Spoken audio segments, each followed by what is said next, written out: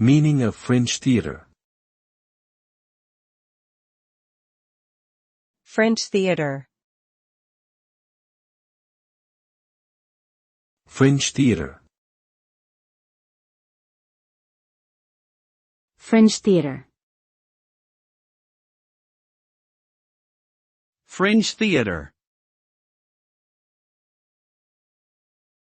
Fringe theater is a type of theatrical performance that is typically produced on a small budget and is often experimental, avant-garde, or alternative.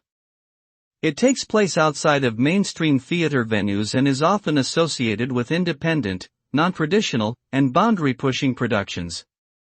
The term fringe refers to the peripheral position of these productions in relation to the mainstream theater industry. Fringe theater provides a platform for emerging artists to showcase their work and allows audiences to experience more diverse and unconventional performances.